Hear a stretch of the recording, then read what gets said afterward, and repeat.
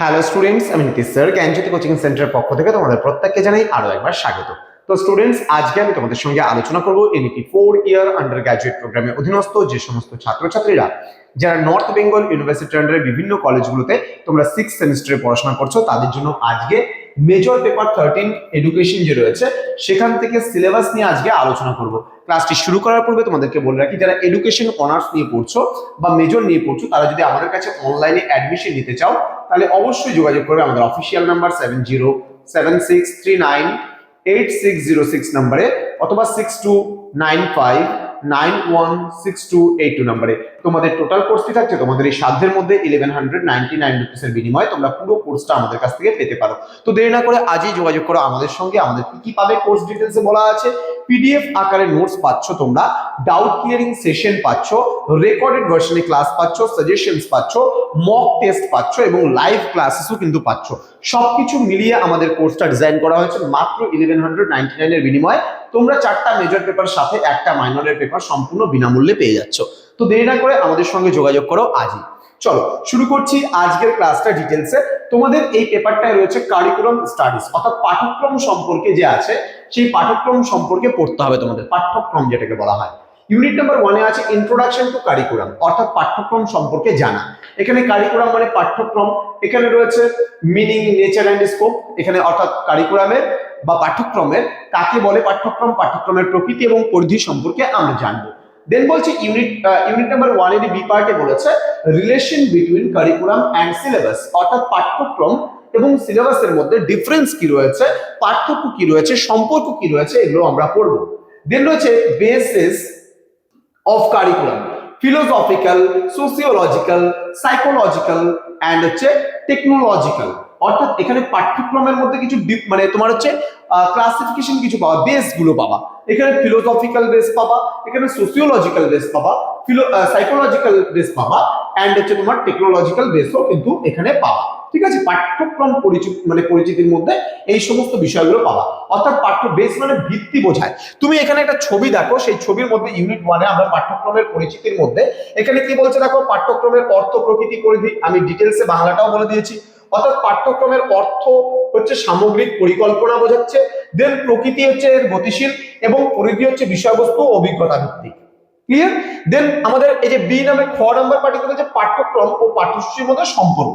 মানে পাঠ্যক্রম মানে কি, এখানে কারিকুলাম মানে আমি বলেছি পাঠ্যক্রম, আর হচ্ছে পাঠ্যক্রমের মধ্যে থাকে হচ্ছে পাঠ্যসূচি। পাঠ্যসূচি বলতে সিলেবাস, অর্থাৎ পুরো একটা কারিকুলামের মধ্যে পাঠ্যসূচি থাকে, বলছে পাঠ্যসূচি ও পাঠ্যক্রমেরই একটি অংশ। ক্লিয়ার?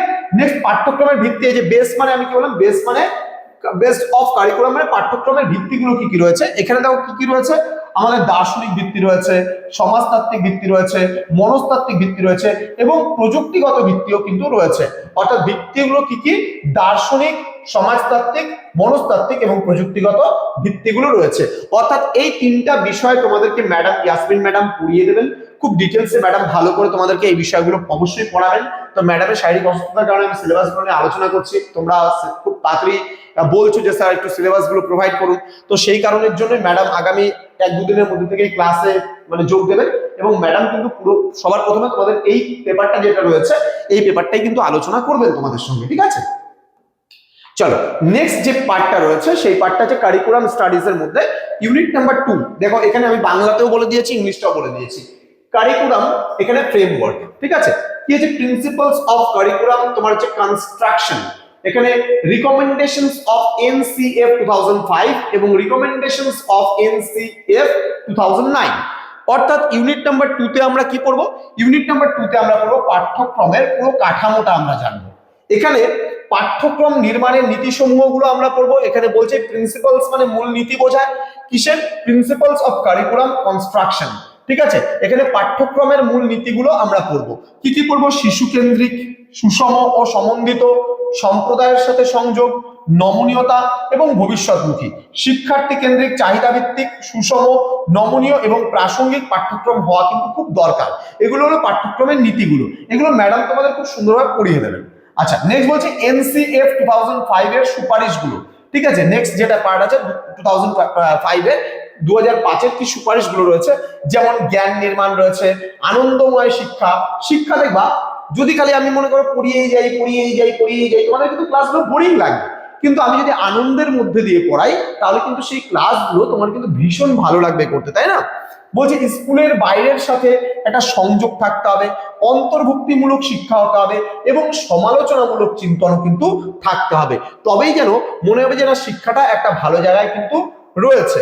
ওকে, নেক্সট কি বলেছে এখানে, এখানে একটা কথা বলেছে দেখো, এনসিএফ 2005 এর সুপারিশ বলছে মুখস্থ বিদ্যার পরিবর্তে বোঝা, আনন্দময় এবং কার্যকলাপ ভিত্তিক শিক্ষা এবং সামাজিক ন্যায় বিচার। আমি রিসেন্ট তোমাদের দুদিন আগে তোমাদের ফিফথ সেমিস্টারের গ্রুপে একটা ভিডিও দিয়েছি, সেই ভিডিওতে কিছু স্টুডেন্ট বলছিল যে স্যার আপনি এতগুলো সাজেশন কেন দেন, আর কিছু স্টুডেন্ট আবার মানে একটা স্টুডেন্ট আবার বলছিল যে না এই সাজেশনস গুলো একটু বেশি দেওয়া দরকার বা বেশি পড়া দরকার। কেন দরকার? একটা স্টুডেন্ট কমেন্টও করেছে, দেখবা খুব সুন্দর কমেন্টটা করেছে, আমার ভীষণ ভালো লেগেছে সেই কমেন্টটা। যে স্টুডেন্টটা বলেছে ইন ফিউচার যখন তুমি রিসার্চ ওয়ার্কের ক্ষেত্রে যাবে তখন কিন্তু তোমার পুরো ভাস্ট সিলেবাসের উপর একটা নলেজ থাকতে হবে। এই দেখো প্রত্যেকটা জিনিসের উপরে, যেমন প্রথম ইউনিটটা আমি আলোচনা করলাম, প্রথম ইউনিটের মধ্যে কি আছে সেটা আমি একটা বাংলার মধ্যে দিয়ে পিকচার মারফত তোমাদের কিন্তু করে দিলাম। তাহলে এই স্লাইডিং গুলো রেডি করতে কিন্তু প্রচুর সময়ের একটা ব্যাপার আছে। টিচিং মানে শিক্ষকতা করা মানে এই নয় যে তোমাকে আমি বলে দিলাম পরীক্ষার 10 দিন আগে 10টা কোশ্চেন পড়ে যাবে, এর মধ্যে 5টা কোশ্চেন আসবে, এটাকে শিক্ষকতা বলে না। শিক্ষকতা হচ্ছে তাকে বলা হবে, যেমন আমাদের সেন্টারের প্রত্যেকটা স্যার ম্যাডাম প্রত্যেকজন তোমাদের কিন্তু একেবারে বছরের প্রথম থেকে শুরু করে শেষ পর্যন্ত, অর্থাৎ সেমিস্টারের প্রথম থেকে শুরু করে শেষ পর্যন্ত তুমি দেখাও তো কোন ইউটিউব চ্যানেল কোন ইনস্টিটিউট এমন আছে যেখানে তোমাকে পড়া রীতিমতো প্রতিনিয়ত বোঝাচ্ছেন, খালি নোটসের উপরে বেস করে করেই কিন্তু তারা বিভিন্ন ক্ষেত্রে পড়াচ্ছেন। বিভিন্ন স্টুডেন্টরা আমাদের কাছে আসে, গত বছর শুধুমাত্র 1700 স্টুডেন্ট আমাদের কাছে পড়েছে, 1700 প্লাস স্টুডেন্ট আমাদের কাছে পড়েছে অনলাইনে শুধুমাত্র। তাহলে এই যে স্টুডেন্টরা তাদের মতামতগুলো নেই, আমরা তাদের থেকে জানার চেষ্টা করি আমাদের আরো কি করে ভালো হবে। তার মধ্যে 95 প্লাস স্টুডেন্টদের পার্সেন্টেজ স্টুডেন্টদের কিন্তু কোনো অসুবিধা থাকে না।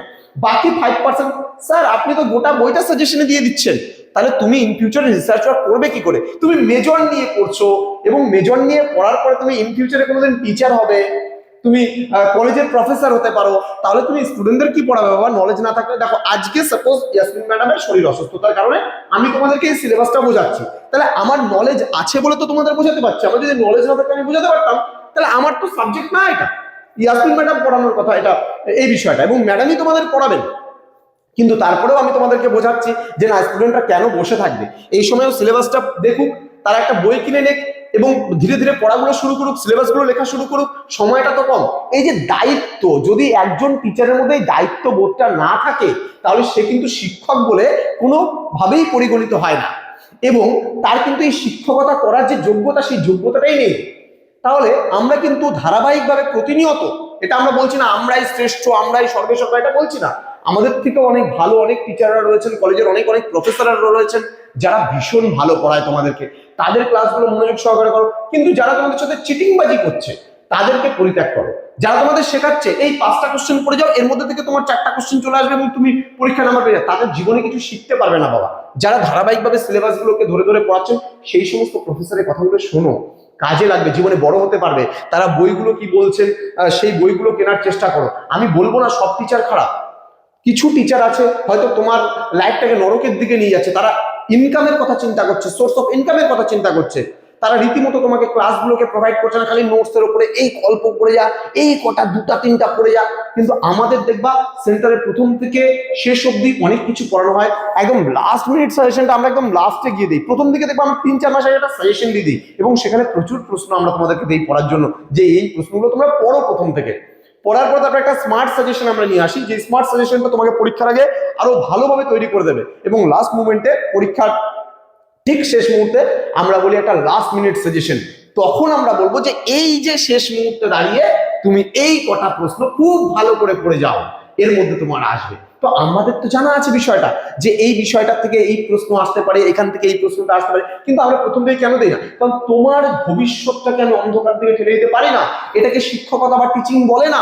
টিচিং তাকেই বলে যে তোমার জীবনটাকে উজ্জ্বলের দিকে নিয়ে যাবে। অর্থাৎ আমাদের দেখবে একটা ট্যাগলাইন আছে সবসময়, যে তোমার উজ্জ্বল ভবিষ্যৎ গড়ে তুলবো আমরা, এটা কিন্তু আমাদের প্রতিশ্রুতি, এটা আমাদের সেন্টারের ট্যাগলাইন, যে তোমার উজ্জ্বল ভবিষ্যৎ গড়ে তোলাই কিন্তু আমাদের একমাত্র লক্ষ্য, যার জন্য আমরা প্রথম থেকে শুরু করে একদম শেষ অবধি এত পরিশ্রম করে জিনিসগুলোকে তৈরি করি তোমাদের জন্য, এবং ধারাবাহিকভাবে পড়াই, ক্লাসগুলোকে নেই। একটু বোঝার চেষ্টা করবে। নেক্সট যে পার্টটা আছে রিকমেন্ডেশনস অফ এনসিএফ 2009, অর্থাৎ কি বলছে এখানে এনসিএফ 2009 এর সুপারিশ অনুযায়ী বলছে শিক্ষক শিক্ষার্থীর সম্পর্কগুলো, এখানে আত্মপ্রতিফলন অর্থাৎ নিজেকে জানতে হবে, বুঝতে হবে, পেশাগত উন্নয়নের কথা চিন্তা করতে হবে, বৈচিত্র্যের প্রতি সম্মান এবং আইসিটি সংযোজন অর্থাৎ শিক্ষক শিক্ষার সংস্কার, পেশাগত উন্নয়ন এবং অন্তর্ভুক্তিমূলক শ্রেণীকক্ষ অনুশীলনের কথাও কিন্তু এই ইউনিট নাম্বার 2 তে আমরা পড়বো এই সমস্ত বিষয়গুলোর উপরে। আশা করি বুঝতে পেরেছো। আচ্ছা চলো নেক্সট যেটা মানে আমাদের ইউনিট রয়েছে ইউনিট নাম্বার 3 তে আমরা যেটা পড়বো, ইউনিট নাম্বার 3 তে আমরা যেটা পড়বো কারিকুলাম ইভ্যালুয়েশন অর্থাৎ মূল্যায়ন, যেটাকে আমরা বলি পাঠ্যক্রম মূল্যায়ন। ইভ্যালুয়েশন মানে কি মূল্যায়ন, অর্থাৎ এখানে আমরা পড়বো কারিকুলাম ইভ্যালুয়েশন, এখানে মিনিং, ইম্পর্টেন্স এন্ড টাইপস, অর্থাৎ মিনিং মানে কাকে বলে মূল্যায়ন, পাঠ্যক্রম মূল্যায়ন কাকে বলে, এর গুরুত্বটা কি রয়েছে, ইম্পর্টেন্স মানে গুরুত্ব এবং টাইপস মানে এর শ্রেণীবিভাগ বা প্রকারভেদ। এখানে তোমরা দেখতে পাচ্ছ এই প্রথম এ নাম্বার পার্টটা আমি একটু বুঝিয়ে দেই বিষয়টা। এখানে ইউনিট নাম্বার 3 তে দেখো পাঠ্যক্রম মূল্যায়ন বলা হয়েছে, এখানে পাঠ্যক্রম